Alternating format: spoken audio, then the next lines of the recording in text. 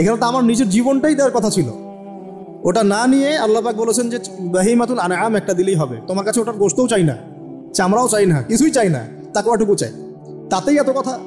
এটা দামই বা কত? 10-15 হাজার, একটা গরু 50,000, 60,000, 1 লাখ টাকা। 1 লাখ টাকাকে আপনি সন্তানের মূল্য দিয়ে হিসাব করতে পারবেন? তো এখানে মূল জিনিসটাই হচ্ছে আল্লাহ পাকের হুকুম। আল্লাহ পাকের হুকুমই সবচেয়ে বড় কথা। এখানে নেকিটা বড় কথা না, বড় কথাটা কি? আল্লাহর হুকুম। আল্লাহ পাকের হুকুমের পিছনে কি নেকি আছে এটা আমি সংখ্যা দিয়ে কাউন্ট করতে পারবো না। আল্লাহ পাক হুকুম দিয়েছেন মানে সেখানে ইনফিনিটিভ নেকি আছে, ওটা 1 লক্ষ, 2 লক্ষ, 5 লক্ষ দিয়ে হিসাব করা যাবে না। এখানে কেন কুরবানি করছি? আল্লাহর হুকুম। যুক্তি বিজ্ঞান দর্শন খোঁজার দরকার নেই তো। তো এবার আল্লাহ রাব্বুল আলামিন কিভাবে বলছেন কোরআনে? আল্লাহ পাক বলছেন, ইব্রাহিম আলাইহিস সালাম বলেন, ইন্নী যাহিবুন ইলা রাব্বি সায়াহদিন, আমি চললাম আমার রবের পথে, তিনি আমাকে পথ দেখাবেন। এই আয়াতটা খুবই মনে শান্তিদায়ক আয়াত। জীবন অনেক কিছু হয়ে যাবে, কিন্তু এই আয়াতটা যদি তেলাওয়াত করতে পারেন ভিতরে ভিতরে আল্লাহকে পাবেন। ইন্নী যাহিবুন ইলা রাব্বি সায়াহদিন, আমি ছুটলাম, আমি চললাম আমার রবের দিকে, তিনি আমাকে পথ দেখাবেন। রব্বি হাবলি মিনাস সালিহিন, আল্লাহ আমাকে সুসন্তান দান করুন, সালেহীন সন্তান দান করুন। ফাবাশশারনাহু বিগুলামিন হালিম, আল্লাহ বলছেন আমি তাকে সহনশীল সন্তান দান করলাম, সহনশীল সন্তান দান করলাম। এবার ফালাম্মা বালাগা মাআহু সা'য়া, এবার যখন বাচ্চাটা বাবার সাথে দৌড়াদৌড়ি করা শিখলো, মানে এই যে 10, 12, 14 বছর বয়স, এই সময় বাচ্চাগুলো আরো বেশি আকর্ষণীয় হয়। শেষ বয়সের বাচ্চা, এত দোয়া করার পরে একটাই বাচ্চা, একটাই ছেলে, শেষ বয়সের, কেবল বড় হচ্ছে, বাবার সাথে মানে দৌড়াদৌড়ি করতে শিখছে, সন্তানের প্রতি বাবার ভালোবাসা আরো গাঢ় হচ্ছে। আল্লাহ পাক তখনই পরীক্ষা নিলেন, যাতে দেখতে চান আল্লাহ পাক আমার ভালোবাসা বেশি না তোমার সন্তানের প্রতি ভালোবাসা বেশি। সন্তানকে পেয়ে আবার আমাকে ভুলে যাওনি তো? সুবহানাল্লাহ, সুবহানাল্লাহ। এবার ফালাম্মা বালাগা মাআহু সা'য়া, যখন সন্তান ছোটাছুটি করা শুরু করলো, দৌড়াদৌড়ি করতে শিখলো, ক্বালা ইয়া বুনাই, ইব্রাহিম আলাইহিস সালাম বলছেন, হে আমার সন্তান, ইন্নী আরা ফিল মানামি আন্নী আযবাহুকা, আমি আমার স্বপ্নে দেখেছি আমি তোমাকে জবাই করছি। এই কথাটা কিন্তু তিনি গিয়েই তাকে বলেন নাই, তিনি সন্তানকে নিয়ে হাঁটছেন হাঁটছেন হাঁটছেন, কাবাগর থেকে প্রায় 8 কিলোমিটার দূরে চলে গেছেন, যেখানে কুরবানি করি মিনা প্রান্তরে, 8 কিলোমিটার দূরে চলে গেছেন। সেখানে গিয়ে তিনি বলছেন যে বাবা আমি স্বপ্নে দেখেছি আমি তোমাকে জবাই করছি। আগে কিন্তু বলেন নাই যে আমি স্বপ্নে দেখেছি তোমাকে জবাই করছি, চলো আমার সাথে। জেনে ইসমাইল আলাইহিস সালাম জেনে শুনে যাননি ওখানে যে আমাকে ওখানে গিয়ে জবাই করবে আব্বা, প্যাটেন্ট নিবে। তিনি আগে জানতেন না, ইসমাইলও আগে জানতেন না।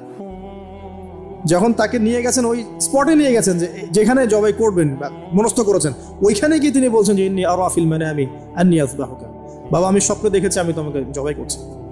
ফানজুর মাযা তারা, তোমার রায় কি আমাকে বলো, তুমি কি ভাবছো আমাকে বলো। যেমন বাবা, আর যেমন বাবা তেমন সন্তানের চেয়ে এখানে বড় কথা হবে, যেমন মা তেমন সন্তান। কারণ মা বলেছিল এক সময়, আপনি কোথায় যাচ্ছেন আমাদেরকে ছেড়ে, তাই না? মনে আছে? ও আচ্ছা, আল্লাহ আদেশ করেছেন, তাহলে আল্লাহ আমাদেরকে ধ্বংস করবেন না। ঠিক ওই রকম মায়ের গর্ভ থেকে এই সন্তান যে বলছে যে ইয়া আবাতি, হে আমার আব্বা, ইফআল মা তুমার, আপনি করেন, আপনাকে যে আদেশ করেছে আল্লাহ পাক আপনি সেটাই করেন। সাতাজিদুনি ইনশাআল্লাহু মিনাস সাবিরিন, ইনশাআল্লাহ আপনি আমাকে ধৈর্যশীল পাবেন। একটা ছেলে আমাকে দেখেন এই জেনারেশনের, একটা ছেলে যে এইভাবে আল্লাহর জন্য জীবন দেওয়ার জন্য প্রস্তুত আছে। দেওয়ার দরকার নেই জীবন, আল্লাহর জন্য জাস্ট 5 ওয়াক্ত নামাজটা পড়ুক, আল্লাহর জন্য 5 ওয়াক্ত নামাজ পড়ুক, ফজর সহ, আল্লাহর জন্য রেগুলার তাহাজ্জুদ পড়ে। জীবন দেওয়া বহুত দূরের কথা, এটা হাইয়েস্ট লেভেল, এটা আমি বলতে চাচ্ছি না। আল্লাহর জন্য কোরআনটা হিফজ করেছে, একটা পড়া হিফজ করেছে, বা অ্যাটলিস্ট আল্লাহর জন্য কোরআন তেলাওয়াত করা শিখেছে, জাস্ট রিসাইট করা শিখেছে। আল্লাহর জন্যে মানে কোনো মাদ্রাসায় বা কোনো ওস্তাদের কাছে বা কোনো কোর্সে 6 মাস, 1 বছর, 2 বছর পড়াশোনা করেছে, আল্লাহর জন্য একটু দাওয়াতি কাজ করেছে, আল্লাহর জন্য একটা বই লিখেছে, আল্লাহর জন্য দিন প্রতিষ্ঠার কিছু চেষ্টা করেছে, মানে আল্লাহর জন্য কিছু করেছে।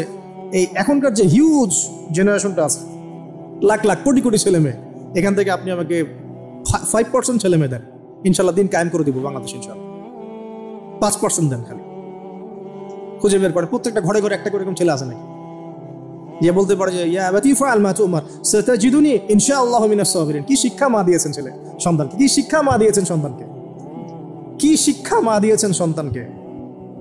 আর এরকম মাই বা কোথায় পাবেন এখন আপনি, এরকম মাই বা কোথায় পাবেন বাসায় বাসায়?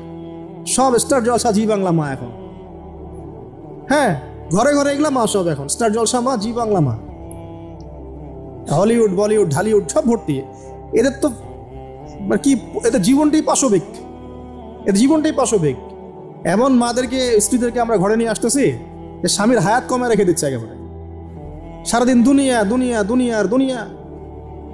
তো হাজারের মতো মা ছাড়া কি ইসমাইলের মতো জেনারেশন আসবে কিনা বলেন দেখি? হাজেরা আলাইহিস সালামের মতো মা ছাড়া ইসমাইলের মতো জেনারেশন সম্ভব? আর ইসমাইলের মতো জেনারেশন না পেলে বাংলার জমিনে বা সারা বিশ্বে দিন প্রতিষ্ঠা হবে? কোনোদিনও সম্ভব না।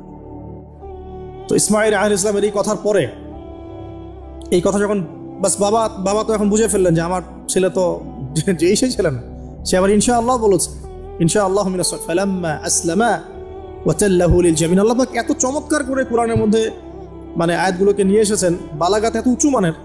ফালাম্মা আসলামা, যখন তারা দুজনে আত্মসমর্পণ করলো। কিসের সামনে আত্মসমর্পণ করলো?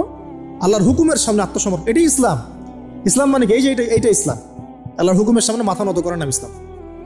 আর আমরা তো প্রত্যেকটা কাজের পিছনে লজিক খুঁজি। নামাজ কেন পড়তে হবে? রোজা কেন রাখবো? যাকাত কেন দিব? তো তোমাকে কেন খুঁজতে কে বলেছে?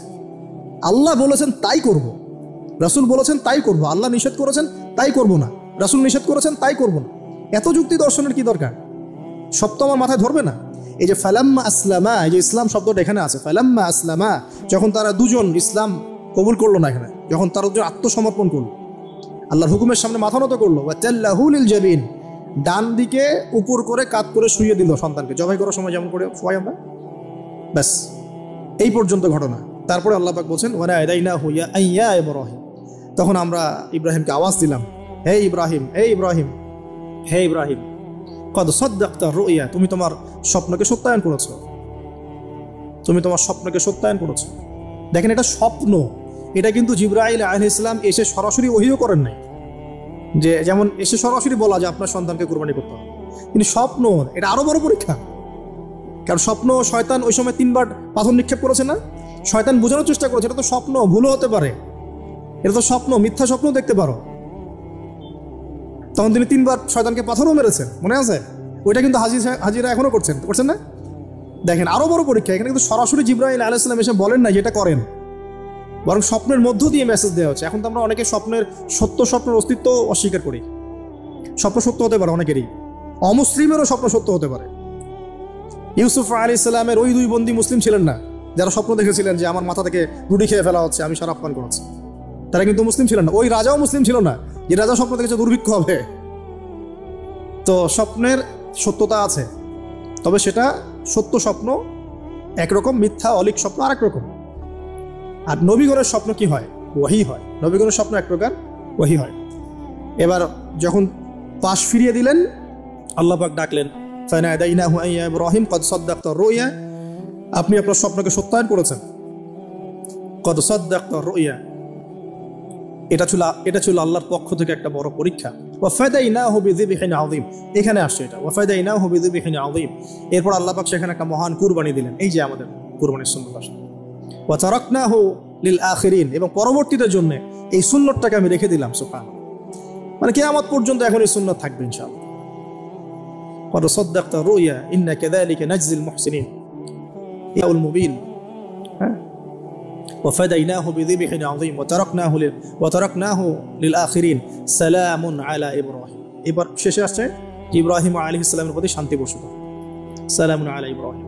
আমরা বলি সালামুন আলা ইব্রাহিম আলাইহিস সালাম। এবার পরীক্ষায় পাস, আল্লাহ রাব্বুল আলামিন সব পরীক্ষায় যখন ইব্রাহিম আলাইহিস সালাম পাস করে গেলেন, তখন তাকে জাতির পিতা ঘোষণা করলেন। মনে আছে?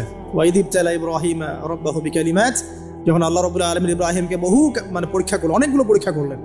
যখন ফালাম্মা আতাম্মাহুন্না, যখন তিনি পরীক্ষায় উত্তীর্ণ হয়ে গেলেন, তখন আল্লাহ পাক বলেন, ইন্নী জাইলুকা লিন-নাসি ইমামা, আমি তোমাকে পুরো মানব জাতির ইমাম বানিয়ে দিলাম। সুবহানাল্লাহ। এখান থেকেই আমরা বলছি যে তিনি হচ্ছেন পুরো মুসলিম উম্মার কি? জাতির পিতা। এবার আসেন, পরীক্ষা শেষ, পুরস্কার লাগবে। পুরস্কার কি? পুরস্কার হচ্ছে এখন ছেলে আর বাবা মিলে এখন কাবা ঘর বানাও তোমরা। সুবহানাল্লাহ, কত বড় সম্মান! আল্লাহ পাকের ঘর নির্মাণ করো বাবা ছেলে মিলে, বাস ছেলে বাবা মিলে কাবা ঘর নির্মাণ করছে। দেখেন এই স্মৃতিটাও কত মধুর, ছেলে বাবা মিলে কাবা ঘর নির্মাণ করছে। হ্যাঁ, ওয়াতাহির বাইতি লিত-তাইফিনা ওয়াল আকিফিনা ওয়া রুকআইস সুজুদ আমার এই ঘরটাকে কি করো, পবিত্র রাখো, তাওয়াফকারীর জন্যে, ইতিকাফকারীর জন্যে, নামাজ পড়বে যারা। এখনও সেটা চলছে, কিন্তু এখনও চলছে। এরপরে বানানো শেষ, তখন দুজনে দোয়া করছেন, দুটো দোয়া, রব্বানা তাকাব্বাল মিন্না ইন্নাকা আনতাস সামিউল আলিম। এটা আমরাও দোয়া করি, রব্বানা তাকাব্বাল মিন্না ইন্নাকা আনতাস সামিউল আলিম ওয়া তুব আলাইনা ইন্নাকা আনতাত তাওয়াবুর রহিম। এটা একটা দোয়া করেছেন। ربنا وابعث فيهم رسولا منهم يتلو عليهم آياتك ويعلمهم الكتاب والحكمة ويزكيهم إنك أنت العزيز الحكيم। এই দুটো দোয়া তিনি করেছেন ওখানে। তো দোয়া শেষ, কাবা ঘর নির্মাণ করা শেষ। ইব্রাহিম আলাইহিস সালাম 200 বছর বেঁচে ছিলেন, বলা হয় তিনি 200 বছর বেঁচে ছিলেন। এরপরে তিনি যখন ফিরে গেছেন কেনানে, তখন গিয়ে শুনেছেন তার এই স্ত্রী সারা আলাইহিস সালামও গর্ভবতী হয়েছে, এবং তিনি অবাক হয়েছিলেন যে এই বয়সে গর্ভবতী কিভাবে। সূরা হিজরের মধ্যে ঘটনাটা আছে যে 2-3 জন ফেরেশতা এসেছেন বাসায় মানুষের রূপ ধরে। তাফসিরে দেখেছি তাদের নাম, একজন জিবরাইল, একজন মিকাইল, একজন ইসরাফিল আলাইহিস সালাম। তিনজন এসেছেন মানুষের রূপ ধরে, এবং ইব্রাহিম আলাইহিস সালাম বাছুর ভুনা করে দিয়েছেন খেতে। ইব্রাহিম আলাইহিস সালামকে কিন্তু এই জন্য বলা হয় মেহমানদের পিতা, মেহমানদেরও পিতা বলা হয়। খুবই মেহমানদারি করতেন তিনি, খুব বেশি মেহমানদারি করতেন। আরবে এই ট্রেডিশনটা এখনো আছে, মেহমানদারি করার ট্রেডিশনটা এখনো আছে। তো তারা হাত বাড়িয়ে খাচ্ছে না, এটা দেখে তিনি ভয় পেলেন।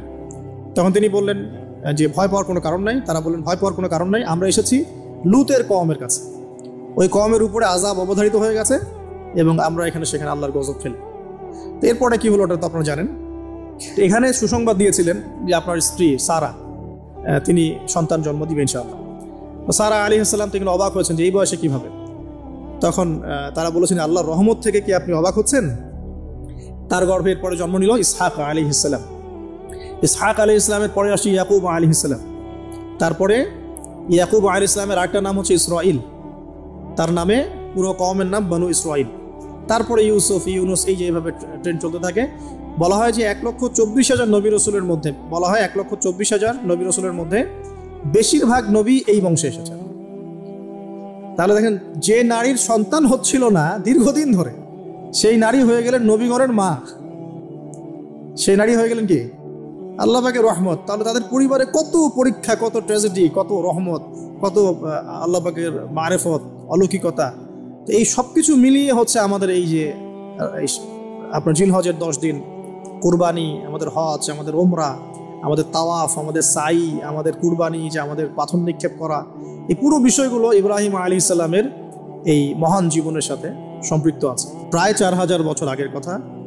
হিসাবটা মেলানো হয়েছে এভাবে যে ঈসা আলাইহিস সালাম এবং মুহাম্মদ সাল্লাল্লাহু আলাইহি ওয়াসাল্লামের যে উম্মত, এর মধ্যে ডিস্টেন্স ছিল 570 বছরের মতো। আবার মুহাম্মদ সাল্লাল্লাহু আলাইহি ওয়াসাল্লামের উম্মতের 1444 বছর চলে গেছে, এটা কাউন্ট করা যায়। আর এর আগে ঈসা আলাইহিস সালাম থেকে ইব্রাহিম আলাইহিস সালামের ডিস্টেন্সটা হচ্ছে 2000 বছর। এই ক্যালকুলেশন করলে বোঝা যাচ্ছে যে প্রায় 4000 বছর আগের কথা, বা 4014 বছর আগের কথা। গল্প শুনতে আমাদের ভালো লাগে তো নাকি? গল্পের মাধ্যমে অনেক কিছু জানা যায় আর কি। আজকে গল্পটা কিন্তু একটু ইউনিক। আজকে থেকে প্রায় 4014 বছর আগের কথা। একটা চমৎকার সভ্যতা ছিল, ঐতিহাসিক সভ্যতা, তার নাম ছিল ব্যাবিলন। এটা ইরাকে ছিল, সেখানে বাবেল নামে একটা শহর ছিল। আমরা অনেকে জানি না যে বর্তমান বাগদাদ হচ্ছে সেই বাবেল নগরী। বর্তমান বাগদাদ হচ্ছে সেই বাবেল নগরী। আর বাবেল সম্পর্কে আল কোরআনে কিন্তু আয়াত আছে। আল কোরআন এমন একটা কিতাব, বিস্ময়কর কিতাব, যেখানে সবকিছুই নাজিল করা হয়েছে।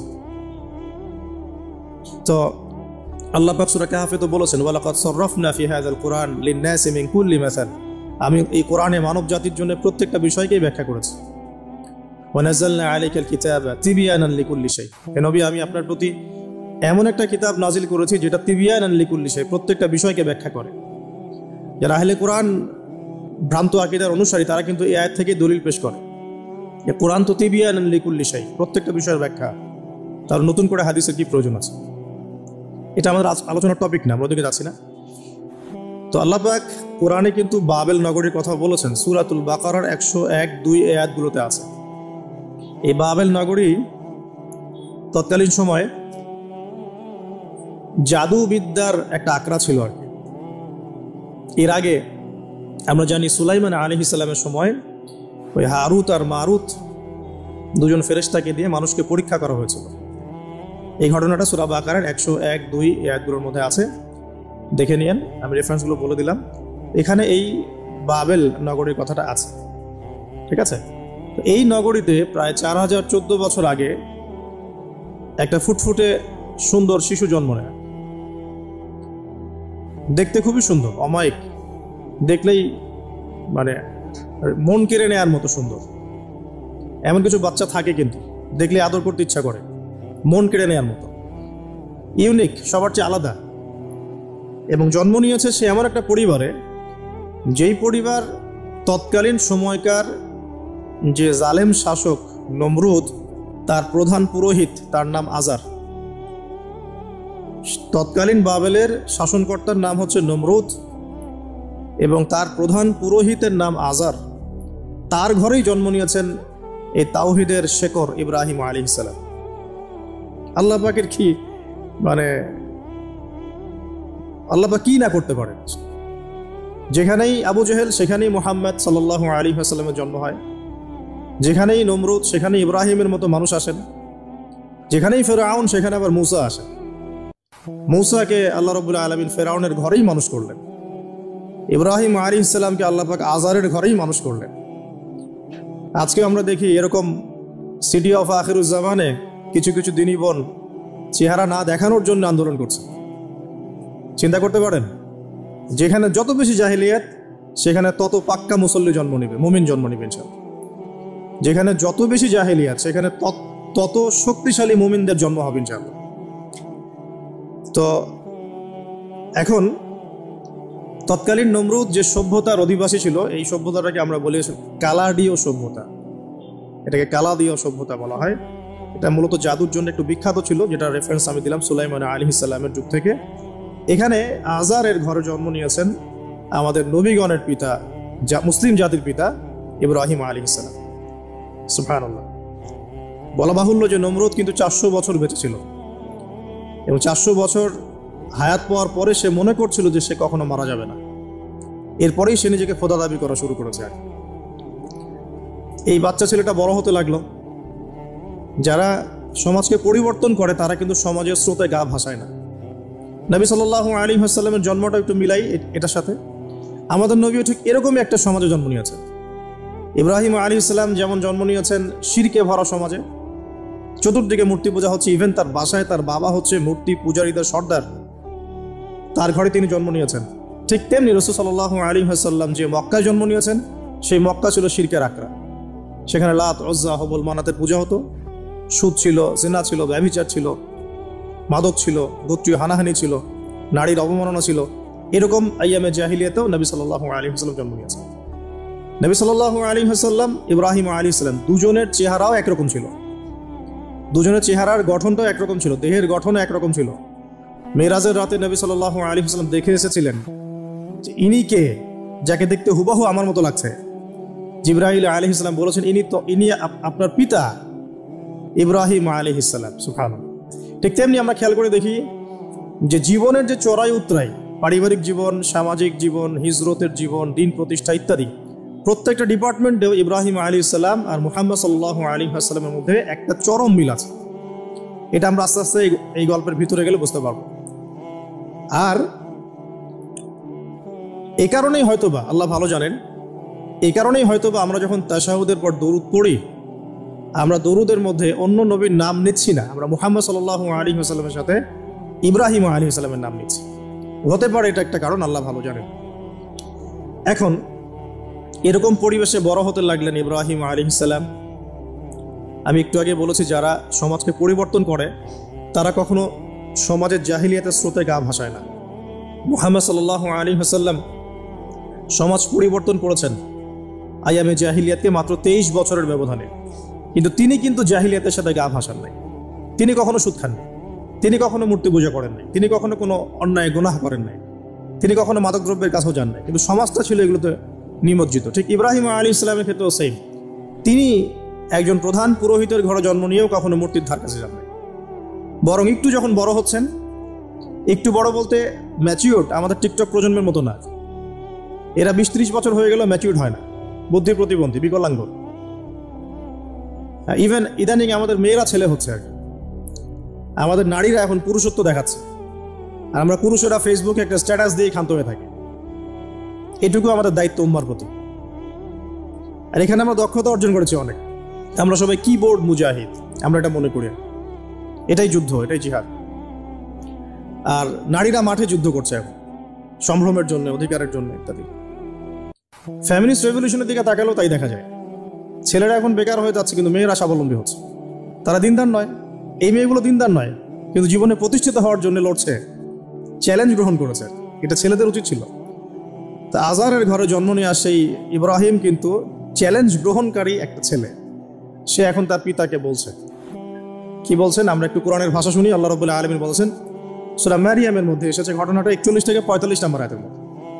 আল্লাহ পাক বলছেন, ওয়াজকুর ফিল কিতাবি ইব্রাহিম বা'দা আউযু বিল্লাহি মিনাশ শাইতানির রাজীম। হে নবী মুহাম্মদ সাল্লাল্লাহু আলাইহি ওয়াসাল্লাম, আপনি এই কিতাবে ইব্রাহিমের ঘটনা বর্ণনা করুন। ইয ক্বালা লিআবিহি, যখন ইব্রাহিম তার বাবাকে বললেন, তার বাবা মানে আযারকে বললেন, ইয়া আবাতি, হে আমার বাবা, লিমা তা'বুদু, তুমি কেন ইবাদত করো এমন সত্তার, মা লা ইয়াসমাউ, যে শুনতে পারে না, ওয়ালা ইউবসিরু, দেখতেও পারে না, ওয়ালা ইউগনি আনকা শাইআ, তোমার কোনো উপকার করতে পারে না। একটা ছেলে যার বয়স হবে 15 থেকে 20 হয়তো বা হাইয়েস্ট, তার কাছে কি এমন জ্ঞান আসলো যে সে তার বাবাকে এখন চ্যালেঞ্জ করছে। তার জ্ঞানতাত্ত্বিক যুদ্ধ শুরু হলো, আদর্শিক যুদ্ধ শুরু হলো বাবার সাথে। হে আমার বাবা, আপনি কেন এমন সত্তার ইবাদত করছেন যে শুনতেও পারে না, অসারতা দেখিয়ে দেওয়া হচ্ছে চোখে আঙ্গুল দিয়ে, দেখতেও পারে না, আপনার তো কোনো উপকারও করতে পারে না, কোনো ক্ষতিও করতে পারে না। ওয়ালাম ইউগনি আনকা শাইআ, ইয়া আবাতি, হে আমার বাবা, ইয়া আবাতি ইন্নী আখাফু আন ইয়ামাসসাকা আযাবুম মিনার রাহমানি ফাতাকুনা লিশ-শাইতানি ওয়ালিয়্যা, হে আমার বাবা, আমি ভয় পাচ্ছি যে আপনার উপরে না আবার আল্লাহ পাকের গজব নেমে আসে এবং আপনি শয়তানের ওলি না হয়ে যান। ওলি মানে কি? বন্ধু, বন্ধু, শয়তানের বন্ধু না হয়ে যান। ইয়া আবাতি ইন্নী ক্বাদ জাআনি মিনাল ইলম মা লাম ইয়াতিকা ফাত্তাবি'নি আহদিকা সিরাতান সাওয়্যা। কি চমৎকার কথা! ছোট্ট ছেলেটা বলছে, হে আমার বাবা, আমার কাছে একটা জ্ঞান আসছে, জ্ঞান, আমার কাছে একটা জ্ঞান এসেছে যেটা তোমার কাছে আসে নাই। ফাত্তাবি'নি, তুমি আমার অনুসরণ করো। আহদিকা, আমি তোমাকে পথ দেখাবো। সিরাতান সাওয়্যা, সহজ সরল পথ দেখাবো তোমাকে। সন্তান বাবাকে নসিহত করছে। দেখো, সন্তান বলছে, আমার কাছে এমন জ্ঞান এসেছে বাবা যেটা তোমার কাছে আসে নাই, তুমি আমাকে ফলো করো, আমার অনুসরণ করো, আমি তোমাকে পথ দেখাবো। Ego problem, ego. আজকেও যখন কম বয়সী কোনো মানুষ বেশি বয়সের কাউকে দাওয়াত দিতে যাবে, এরকম প্রবলেম ফেস করতে হবে। তার বাবা কি বললো, কেন ফেস করতে হবে আল্লাহ পাক সেটা বলেছেন সূরা বাকারা। এটা এই সূরাটা সূরা বাকারায় বলেছেন, ওয়াইযা কিলা লাহু ইত্তাকিল্লাহ, কিছু মানুষ আছে যাদেরকে যদি বলা হয় আল্লাহকে ভয় করুন, আখাযাতহুল ইজ্জাতু বিল ইসম, তাদের প্রেস্টিজে লাগে। এক কথায় কি? প্রেস্টিজে লাগে, প্রেস্টিজ নষ্ট হয়। আখাযাতহুল ইজ্জাতু বিল ইসম ফাহাসবুহু জাহান্নাম, আল্লাহ বলেন ওর জন্য জাহান্নামই যথেষ্ট। তো এখনকার সমাজে এই প্রবলেমটা আপনারা ফেস করবেন। যদি আপনার বয়স কম হয়, আপনার কাছে অনেক জ্ঞান থাকলেও মানুষ সমাজে নিতে যাবে না। আপনি ক্রিপ্টোকারেন্সি নিয়ে কথা বলছেন, এক শ্রেণীর ধর্মনেতাই আপনার পিছনে লেগে যাবে। আপনি ইসলামিক রেভলিউশন নিয়ে কথা বলবেন, ইসলাম এস্টাবলিশমেন্ট নিয়ে কথা বলবেন, ইউনিটি নিয়ে কথা বলবেন, উম্মার করণীয় নিয়ে কথা বলবেন। আপনি এই বয়সে, এত ছোট বয়সে আপনি উম্মার প্রবলেমসগুলো ফাইন্ড আউট করে সেগুলো সলিউশন নিয়ে কথা বলবেন, এত বড় সাহস আপনার? এটাই প্রবলেম। অথচ চমৎকার একটা বিষয়, আমাদের সমাজে এগুলো দেখা যায়, অন্য কোথাও দেখা যায় না। কোনো ড্রাইভারকে জিজ্ঞাসা করবেন, কোনো ড্রাইভারকে জিজ্ঞাসা করবেন, তার স্কিল সম্পর্কে জিজ্ঞাসা করবেন যে আপনার স্কিল কেমন। একটা অ্যান্সার দিবে সে, আমি 10 বছর থেকে চালাই, বা 15 বছর থেকে চালাই, আমি 27 বছর থেকে গাড়ি চালাই। মানে তার এই বয়সটাই হচ্ছে স্কিলের মানে দলিল, সার্টিফিকেট। এখন এরকম চলছে দিনী অঙ্গনেও। আমি 20 বছর থেকে ফতোয়া দিই, আমি 32 বছর থেকে ওয়াজ করি, আমি এই করি, আমি সেই করি। এই যে জাহির করা, আল্লামা তাকি উসমানী দামাত বরাকাতুহু এবং তার যারা ছাত্ররা আছেন সারা উপমহাদেশে, স্পেশালি বাংলাদেশে, তাদের অনেকের সাথে আমি দেখা করেছি। তারা একটা নসিহত সবাই কমনভাবে করেন, দেখি নসিহতটা করেন যে কখনো নিজেকে জাহির করবা না, কখনো নিজেকে জাহির করবা না, তাহলে আল্লাহ তোমার ইলম কেড়ে নিবে। আর আমরা এখন দিনী অঙ্গনে জাহির করার জন্য ব্যস্ত। আমি এত বছর থেকে এটা করি, আমি অত বছর থেকে করি, অথচ এটা কোনো দলিল নয়। এটা কোনো সার্টিফিকেট নয়। এত বছর থেকে বলার পরেও ভুল হতে পারে, যেটা ভুল হবে সেটা শুধরে নিতে হবে। আর নবী সাল্লাল্লাহু আলাইহি ওয়াসাল্লাম যায়েদ বিন হারেসা রাদিয়াল্লাহু আনহুকে একটা কাফেলার সেনাপতির দায়িত্ব দিয়েছিলেন যখন তার বয়স মাত্র 17 বছর।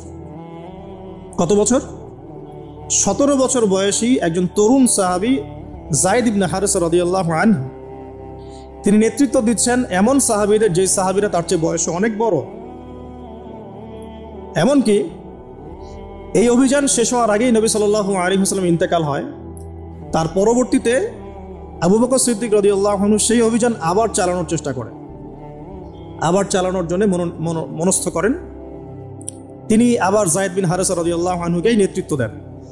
এটা নিয়ে ওমর রাদিয়াল্লাহু আনহু তাকে কিছু কথা বলেন যে আপনি যায়েদ বিন হারেসাকে নেতৃত্ব দিচ্ছেন, বয়সে ছোট সাহাবী, তার পিছনে অনেক বড় বড় সাহাবী থাকবে, তারা তো তাকে নাও মানতে পারে, এটা কেমন হয়? বারবার তাকে ভেটো দিচ্ছেন।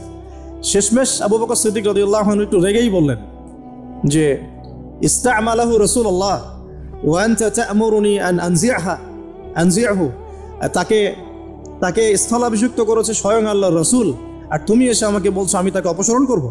সুবহানাল্লাহ। নবী সাল্লাল্লাহু আলাইহি ওয়াসাল্লাম যোগ্যতা দেখতেন মানুষের, কার যোগ্যতা কতটুকু আছে। তো ওই দিকে আমি ভিতরে ঢুকছি না। আমরা এখন সোশ্যাল অ্যাফেয়ার্সে যা দেখি যে আমরা যোগ্যতার চাইতে অন্যান্য বিষয়গুলোকে বেশি মূল্যায়ন করা শুরু করি।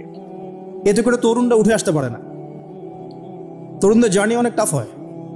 এবং যারা স্পেশালি জেনারেল ব্যাকগ্রাউন্ড থেকে দিনের দিকে আসার চেষ্টা করেন তারা পদে পদে হতাশ হয়। তাদেরকে বুকে নেওয়ার মানুষ খুব কম থাকে। কেন জানি তাকে মানুষ কাউন্টার মনে করে, এনিমি মনে করে, অন্তর্দাহ সৃষ্টি হয়, একটা জ্বালান হয়। হঠাৎ করে উড়ে এসে জুড়ে বসলো, উম্মার দায়িত্ব নিয়ে নিচ্ছে, কোত্থেকে আসলো এটা? এরকম একটা দৃষ্টিভঙ্গি আমরা দেখতে পারি আর কি। এটা কাম্য ছিল না এটা। বরং তরোয়ারি যত আপনি শান দিবেন তত ধারালো হবে। তো শান দিবে কারা? যারা তরোয়াল চালাতে পারে তারাই। যারা চালাতে পারে তারা যদি তরোয়ালকে ভোতা করে দেয় তাহলে তো এটা দিয়ে আপনি জালেমের গর্দান কাটতে পারবেন না। তো যাই হোক, আমরা বেশি হাইথটের কথায় না যাই। আজার এখানে ছিলাম, দেখেন বাবাকে সন্তান উপদেশ দিচ্ছে। এবার বাবার উত্তরটা শোনো। বাবা কেন গ্রহণ করলো না? বললাম প্রেস্টিজ ইস্যু। তুমি ছোট মানুষ হয়ে আমাকে এত বড় কথা বলো? হ্যাঁ, তখন বাবা বলছেন আনতা রাগিবুন আনতা আন আলিহাতিনা ইয়া ইব্রাহিম। হে ইব্রাহিম, তুমি কি আমাদের ইলাহগুলো, উপাস্যগুলো থেকে মুখ ফিরাচ্ছ? তুমি কি আমাদের উপাস্যগুলো থেকে মুখ ফিরিয়ে দিচ্ছ? রাগিবুন আনতা আন আলিহাতিনা ইয়া ইব্রাহিম লা ইন লাম তানতাহি, যদি বিরত না হও, ঠিক যেমন থ্রেট আমাদেরকে করা হয়, যদি বিরত না হও, লা ইন লাম তানতাহি লা আরজুমান্নাকা রাহজান মালিয়া। তিনি বলছেন যদি বিরত না হও তাহলে তোমার মাথাটা পাথর দিয়ে মেরে ফাটিয়ে ফেলবো। আরজুমান্নাকা মানে রজম করবো। রজম মানে কি? কোমর পর্যন্ত গেথে পাথর মারা। বিবাহিত পুরুষ জেনা করলে যেটা শাস্তি হয়। লা ইন লাম তানতাহি, যদি বিরত না হও, লা আরজুমান্নাকা রাহজান মালিয়া, দূর হও এখান থেকে বের হও, হতভাগা আমরা বলি না, দূর হও এখান থেকে। ঠিক ওই রকম, যদি ফিরে আসো ভালো কথা, না ফিরে আসলে রজম করে দিব, মাথা ফাটিয়ে ফেলবো পাথর দিয়ে মেরে। এখান থেকে দূর হও হতভাগা। কাকে বলছে এটা? ইব্রাহিম আলাইহিস সালাম। এবার তিনি খুব নরম সরম মানুষ, শান্তিকামী মানুষ। তিনি বলছেন ক্বালা সালামুন আলাইক। এই সালামুন আলাইক কথাটা শিখে নেবেন, জীবনে অনেক ক্ষেত্রে কাজে লাগবে। সালামুন আলাইক মানে আপনার উপর শান্তি বর্ষিত হোক। যখনই আপনি পলিউশন অ্যাভয়েড করতে চাবেন সালাম দিয়ে চলে আসতে হবে, সেটা পরিবারেও, সমাজেও, দিন প্রতিষ্ঠার ক্ষেত্রে। কেউ আপনাকে সমালোচনা করছে, গালিগালাজ করছে, গীবত তহমত করছে, আপনাকে নিয়ে এপিসোড বানাচ্ছে, মানে আপনি কি করবেন? প্রত্যেকটার কাউন্টার দিতে থাকবেন? তাহলে আপনার গোল নষ্ট হয়ে যাবে, আপনার গোল থেকে আপনি বিচ্যুত হয়ে যাবেন। এগুলো নিয়ে আপনাকে ব্যস্ত থাকতে হবে। তখন এগুলো নিয়ে উম্মাহ ব্যস্ত আছে বলেই এখন পর্যন্ত গোল অ্যাচিভ হয় নাই। আমরা এগুলো নিয়ে ব্যস্ত আছি বলেই এখনো গোল অ্যাচিভ হয় নাই। তো এই কারণে ইব্রাহিম আলাইহিস সালামের সুন্নাহ হচ্ছে সালামুন আলাইক, তোমাদের উপর শান্তি বর্ষিত হোক। হ্যাঁ, তবে যে জায়গাটাতে দালিলিকভাবে জ্ঞানতাত্ত্বিক যুদ্ধ করতে হবে সেটা করতে হবে, সেটা অন্য ইস্যুস। তো ইব্রাহিম আলাইহিস সালামকে পরিবার ছাড়তে হলো। পরিবার মানে তার মাকে ছাড়তে হলো, তার বাবাকে ছাড়তে হলো। তার কোনো অপরাধ আছে? ইব্রাহিম আলাইহিস সালামের কোনো অপরাধ আছে? না। এখন আমরা তো অনেক সময় মনে করি আমি তো নিরপরাধ, নির্দোষ, তাহলে আমার উপরেই কেন এরকম হচ্ছে? ইব্রাহিম আলাইহিস সালামের কোনো অপরাধ আছে? নাই। তাকে ঘর ছাড়তে হলো, বাড়ি ছাড়তে হলো, তার বাবা তাকে বের করে দিলেন। এখান থেকে লেসন নিয়ে নেন, আজকের প্রথম লেসন যে আপনি আমি যদি হকের উপর থাকি, সর্বপ্রথম বাধাটা পরিবার থেকে আসতে পারে। সবার পরিবার একরকম না। এখনকার মেজরিটি সংখ্যক পরিবারগুলোই জাহেল, একদম জাহেল, বস্তুবাদী, জানোয়ারের মতো। মানে খাও দাও, সেক্সুয়াল সম্পর্ক, বিয়ে শাদী, সন্তান, এর বাইরে কিচ্ছু চিন্তা করতে পারে না। দুনিয়া দুনিয়া আর দুনিয়া, এর বাইরে কিচ্ছু চিন্তা করতে পারে না। ইল্লা মাশা আল্লাহ, কিছু পরিবার আছে এর বাইরে, তাদের কথা আলাদা। সবাই তো আর ছোটবেলা থেকে আধ্যাত্মিক পরিবার পায় নাই, দিনই পরিবার পান নাই। আর এটার পরিমাণ দিন দিন কমেই আসছে। ম্যাক্সিমাম পরিবার এখন জাহান্নামের টুকরা। আল্লাহ পাক পরিবারকে বলেছেন জাহান্নাম থেকে বাঁচাও, কু আনফুসাকুম ওয়া আহলিকুম নারা। এখন ওই পরিবারই হয়ে গেছে জাহান্নামের টুকরা। আপনি দিনের পথে চলতে চাইলে প্রথম হোঁচটটা পরিবার থেকে খেতে পারেন।